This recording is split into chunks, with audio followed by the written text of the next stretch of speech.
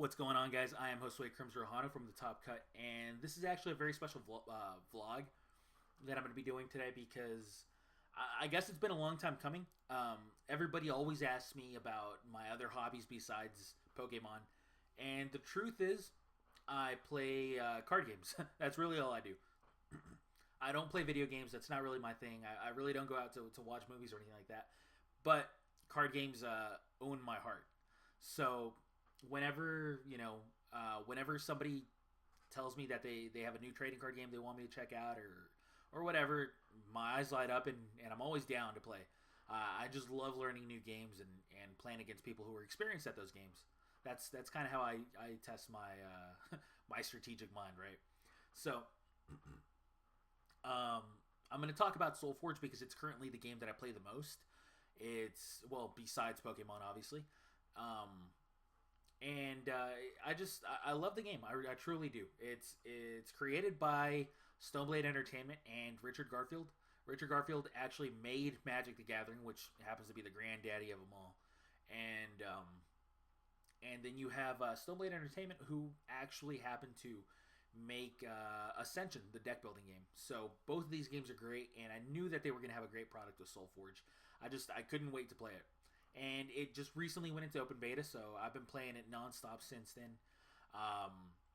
It's free to play, by the way, so you actually don't need to spend any money if you don't want to. You can actually just play the game for free, start off with a starter deck, and then just grow your collection day by day as you complete daily rewards.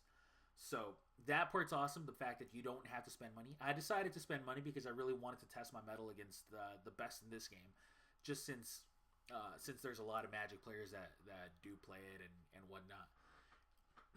And I always thought that was awesome, just the fact that if I chose to, I just could play for free. Let's see, what do I want to talk about? I want to talk about factions. I want to talk about the rarities, and then I'm also going to talk about the actual game itself, the gameplay. So I'll probably just end up playing like a game with a starter deck, just so I can show you guys how the game's actually played. As far as the factions are concerned, there's 4 in the game. There's Alolan, Tempest, Necreum, and Utera. Alolan are kind of like the technology experts. They're all about advancing their faction through just leveling up and just getting being smarter than your opponent, basically.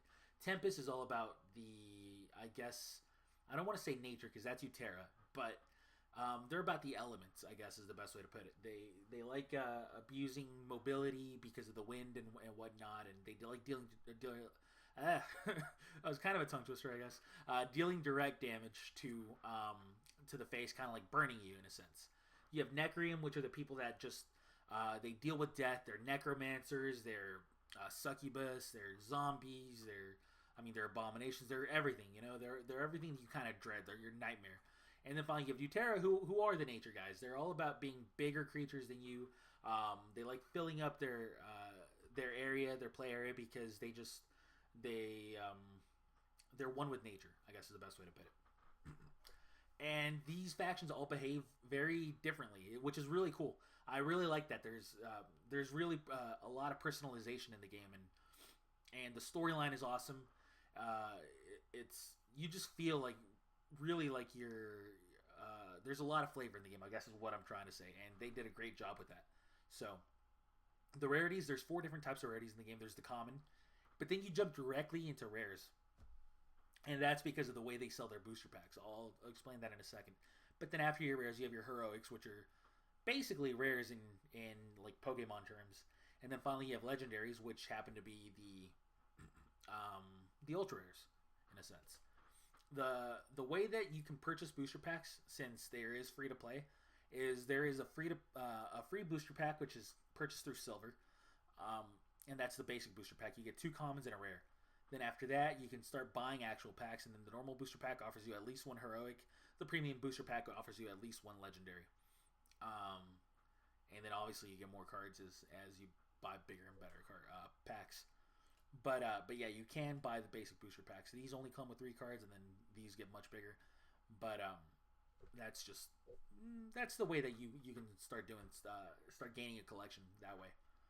Then you can buy skins with your silver as well, which is pretty awesome. why do I play SolForge? Let's think. I play SolForge because of, first of all, the flavor that it really gives you.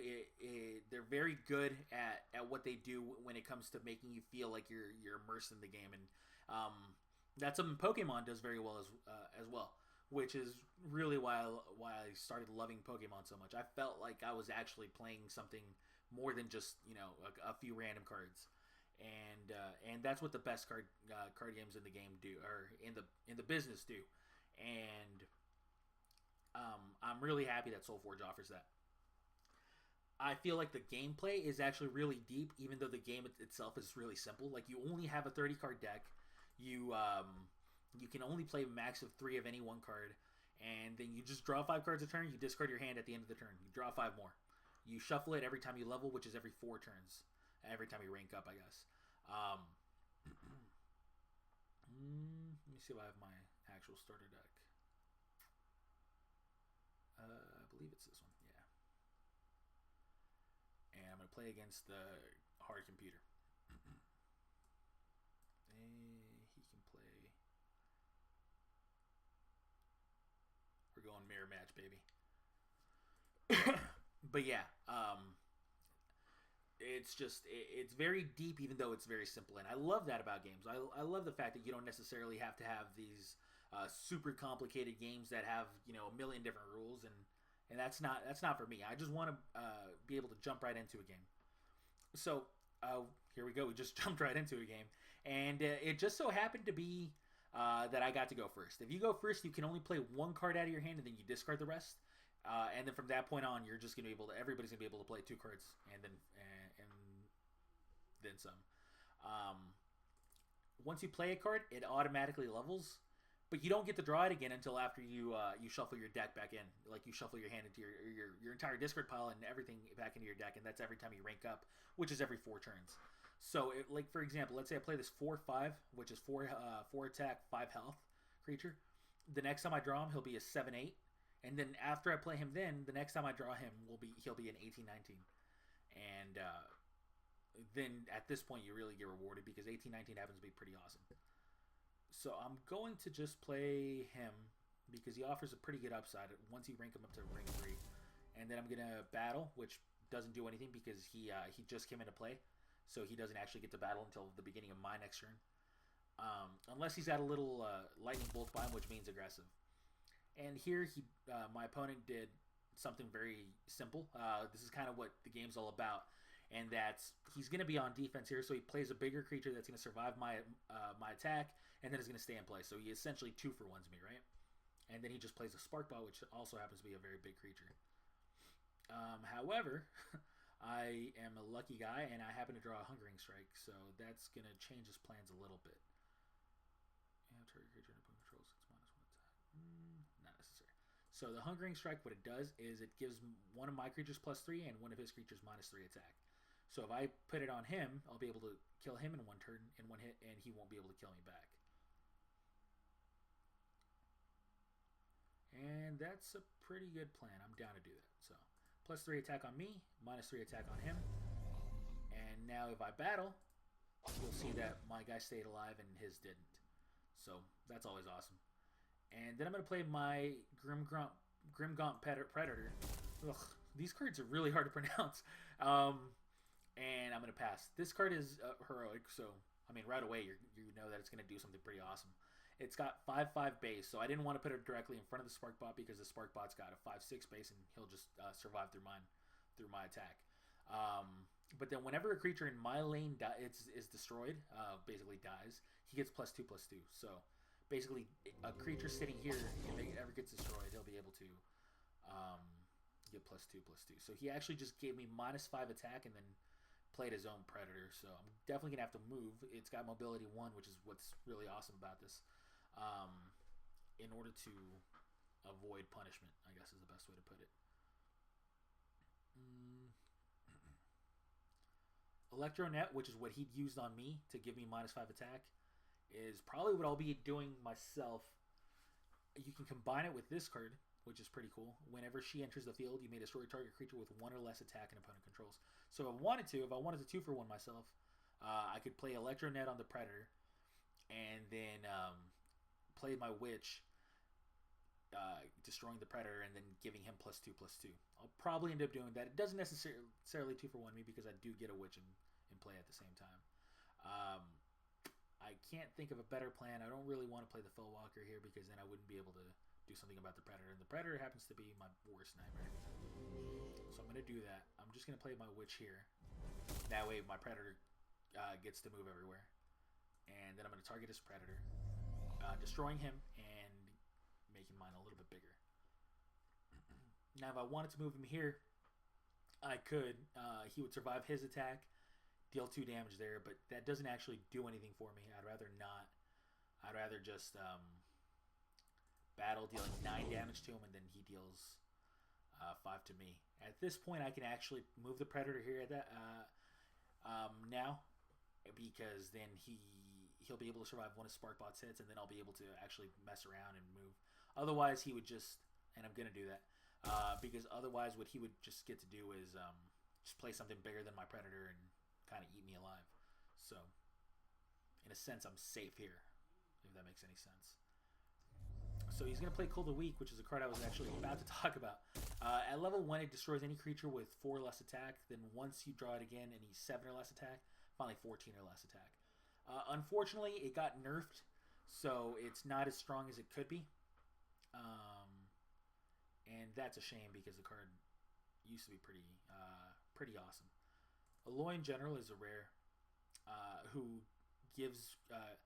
when he's on the field, creatures you control adjacent to it have +2 attack. So adjacent means if he's here, then this guy would get +2 attack, and then if I ever have anything here, it would also get +2 attack. So I could put it here, letting my witch trade with his Sparkbot, because it would get 6 attack. Or I could put it here and letting my worm trade with his Sparkbot, because I would give him 6 attack and he would be on defense against this Sparkbot. Let's think. What's better? I also have the opportunity to go something like Hungering Strike plus attack here, minus attack here, and then Cold a Weak. That's an option. It's not the worst option. Yeah, I'm going to try it. Let's do it. So plus attack there, minus attack there, letting me Cold a Weak it. I mean, I could just play a bigger creature that just survives its hit too. I could, like maybe a Necrotic Worm. Then he deals 4 to my worm, and then I pass, and then he's going to deal another, or he deals 2 to my worm, and then he's going to deal another 2 to my worm ideally, and I would survive that way in a sense. By the way, the Sparkbot, its next level turns into a 9/11, which is much bigger than the 7/8 worm, so I have to worry about that. Well, since it's only got 2 attack, I don't necessarily need to Cold the Weak it. It's not something I'm interested in. This guy gets much bigger at rank 2, but then its rank 3 is much worse. I'm considering just playing this guy, so yeah, I will. So I'll have something to do against the Sparkbot since he's gonna have 2 level 2 Sparkbots in the next few turns. So I'm gonna go that route. I just ranked up because we just played 4 turns. I played my 4th turn, and that allowed me to start drawing my level 2 cards. Battle Tactician is a pretty nice card because if it's ever in your center lane, every other creature you control gets +2 attack. So I'm gonna play it just for this, for the value. It's a heroic card, which obviously again gives it a much cooler ability than you'd necessarily be used to at that point. Cards like the Witch, even though their abilities might not work, you have to keep in mind that it would get 6 attack instead of its 4, so it would be able to trade with something like the Assassin or something like that. I think Alolan General sitting here would be pretty nice because it not only gets 4 attack, but it also buffs the Assassin here. And since the Witch doesn't do anything other than just trade with my opponent's Assassin, I think I'd rather just do that. So I'm going to play the General. Battle. So now my Assassin has 8 attack thanks to these 2 buffs. And that's the end of that turn. So Again, very simple game, right? That's the gist of how to play this game. So my opponent played a level 2 Electronet, which is why my general is -6 attack. I'm definitely going to play my worm so that I can start drawing the level 3 version of it. I kind of made an investment by playing the level 1 and the level 2 versions because the level 3 version is just so hard to deal with. It's got so much more power and health than my opponent would have. I'm going to play it here, I believe. Well, I could play the zombie infantry here. Let's think. Heck, I could even play the Fellwalker since it would have 5-3. Zombie infantry. Let's actually see what it does. Turns into a 10-9 and then finally a 15-14. So it's like the average of average. The Fellwalker has a pretty awesome ability. Whenever he's destroyed, he just replaces himself. But unfortunately, his stats are pretty bad.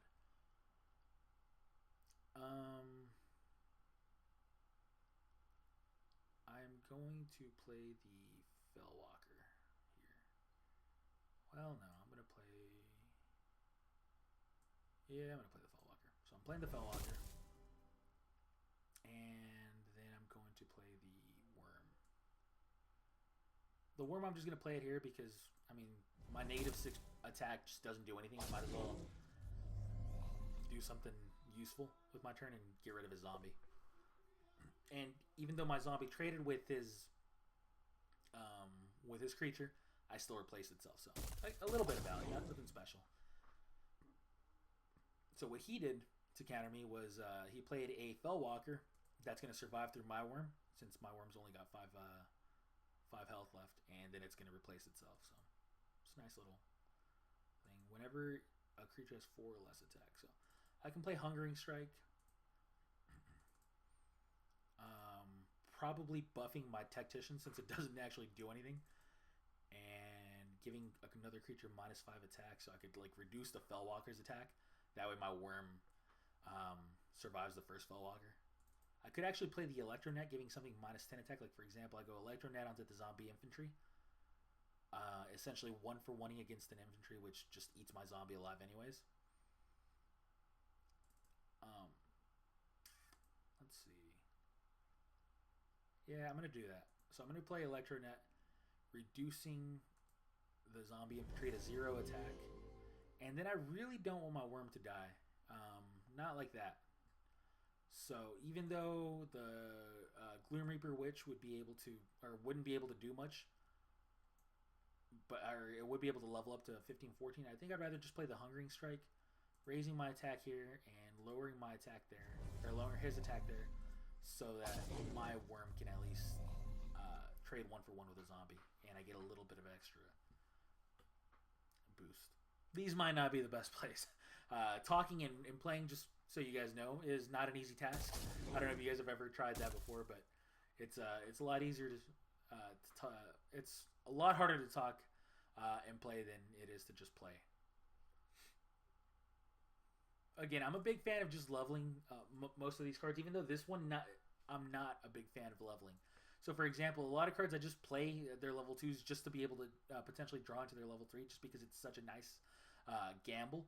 But this one, I'm not really doing too much for myself by playing this, other than eating a Sparkbot. What I do want to try, though, is not having my zombie get eaten alive by an assassin. Unfortunately, I don't think that's something I can control. So what I'm going to do is I'm going to play a Sparkbot on defense, I believe. Yeah, I'm going to play a Sparkbot on defense against his Sparkbot. Take advantage of the fact that he's only got 4 health. And I'm going to battle. Unfortunately, my zombie's going to be eaten alive. There's not too much I can do about that with this hand. And I can play the Fellwalker. I have a lot of options. I can play any one of these 3 pretty easily.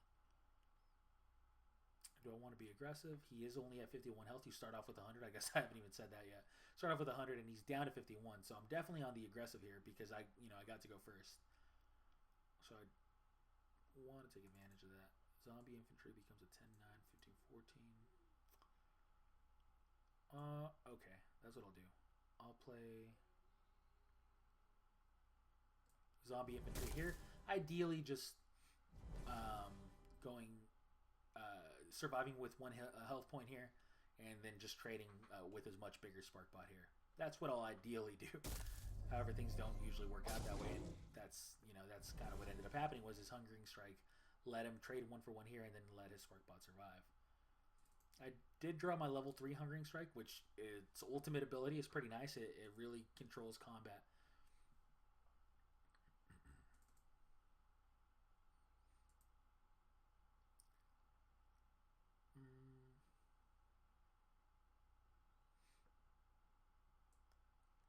Gonna sacrifice my general with his spark bot, just so I can level my general. It'll ideally pay dividends later on. And my spark bot, I want to get it to level 3 because at 14-16 it'll eat up his 14-15. Well, I guess it wouldn't. But I don't necessarily like the 9-11. Like, I feel like this is such a bad stat that you really just want to get to the 14-16. So that's what I'll do. And I'll just play him here at the far end because I don't really want him to engage with my opponent's assassin. The Electronet gives any target creature minus 15 attack, which will end up being pretty nice against my opponent's spark bot here. So that's what I'll do.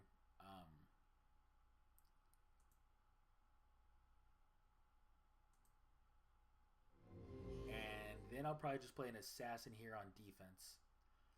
My opponent is now starting to take advantage, but what can you do? So here, ideally, what will happen is we just trade. My spark bot eats his much bigger spark bot thanks to my level 3 Electronet, and then his Fell Walker just deals 9 damage to me, which is not that big of a deal. Like, unfortunately, a Fell Walker will be something I'll have to deal with eventually, but let's just avoid that for the time being. The rank 2 Aloy in general gives +4 attack, which would give him 13 attack, which is just awesome against the Spark Blade Assassin. And then the rank 2 Battle Tactician also gives +4 attack. So I can play something like the Battle Tactician here. And risk it being eaten alive by my opponent's rank 2 Predator, which is very scary because it now gets +4/+4 attack whenever it devours something. But either way, I'm definitely going to want to pump my Spark Bot.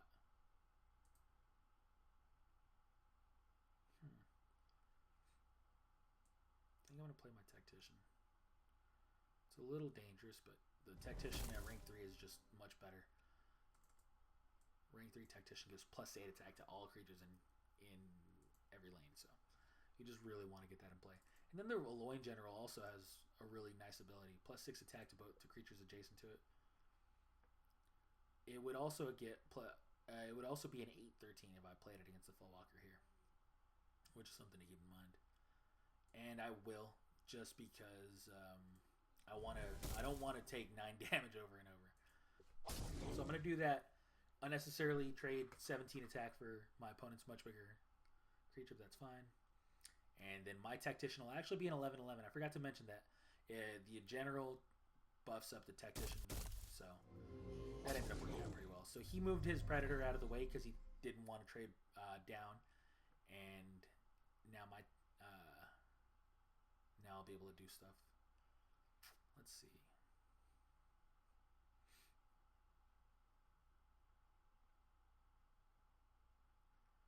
Well,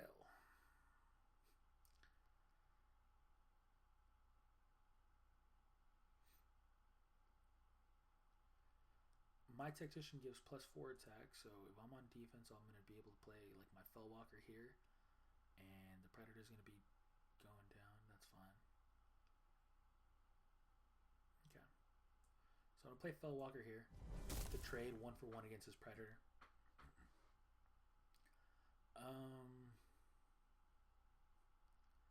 I really need to take care of that zombie, I think.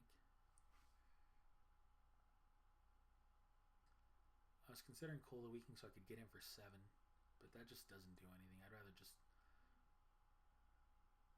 play a defensive Marrow Fiend. Also leveling up my Marrow Fiend, which is something that would be pretty nice.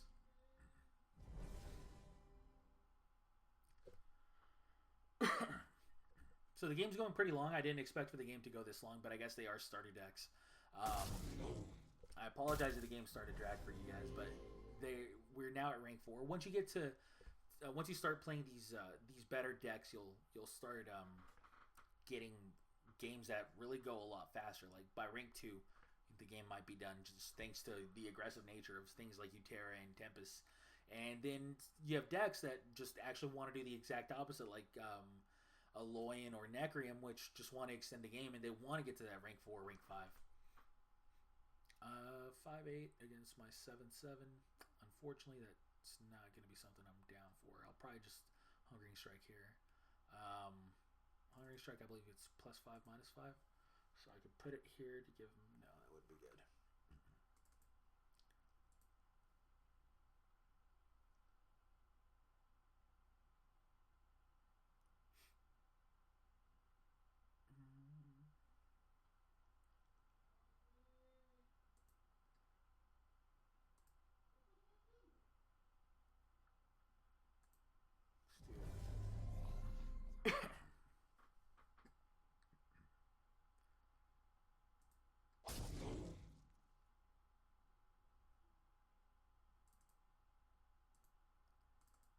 I could gamble a little by playing something like the Worm or even the Assassin. Probably the Assassin.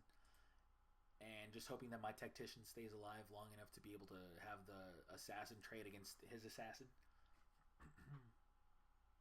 Or I could just play a Spark Bot, which would put pressure on my opponent. The difference being that, for example, the Spark Bot would survive with 2 health, assuming my opponent doesn't play anything special. And but I can no longer level the Spark Bot, and then the Assassin actually becomes a much bigger threat if I get to rank 5 and I draw it again. But I'm just gonna play my Spark Bot here. I really want to draw my rank 3 Necrotic Worm, and I finally did. That's the reason that I spent so many turns early on in the game, because now my 18-19 is really gonna take its toll against my opponent's larger creatures. So that actually ended up happening pretty much the way I expected it to, and hoped it would. I can play my Witch here, trading with his Spark Bot, and then letting my Spark Bot get in for 14, which I'll do. My Witch eats his Witch up. I get him for 14, getting him down to 37, and then I'm gonna play a threat here in the Worm. I could have played the General just to level him, but now I'm just looking to end the game.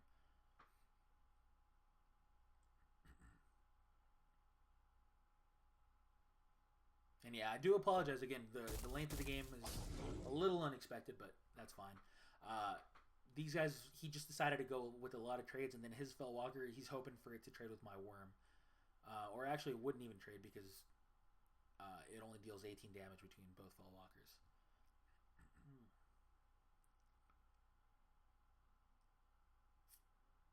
I'm going to battle. Play a zombie infantry.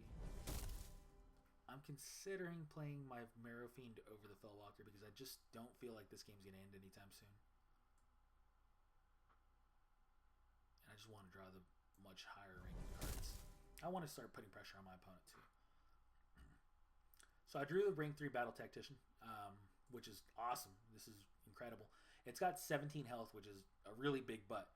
But then its ability is just dominant. Yeah, you're going to be able to play cards like rank 1 cards that are just going to be very effective. So here, 28, 37. Yeah, here we go. I actually just win the game here. I hope. Oh boy. Let's play it safe. And put the attack here, reducing his attack there, and attacking. So I actually dealt -9 damage. I actually had the exactly 37. I just decided not to trust my math for once. And I Hungering Strike just to get extra damage in. So that was the hard computer. As you can tell, it's the AI is pretty solid too. I mean, they do tend to make pretty nice decisions. But the human mind tends to beat the computer mind in this case, right? So again, this might not have been the most information that I could have given. A lot of this was just me trying to play and think on the fly and everything like that. But hopefully I covered most of the gameplay mechanics. Hopefully I did everything like that. Hopefully the game's interesting to you guys. Again, it's really interesting to me, just in its simplicity and in the fact that you can just have some really enjoyable games, especially against human opponents. If you guys are interested in seeing more of these videos or whatever, let me know. This was more of a test run to see if you guys would like this. A lot of you guys had asked me to do these, so I figured why not? Let's have some fun with it. Stay tuned for Don't Call It a Comeback episode 3, which should be, if it's not up now, it should be up in the next day. Episode 2, which was actually in article form, is on our website. Check it out. I had a lot of fun writing that too. Thanks a lot for watching, guys, and I hope to see you guys soon.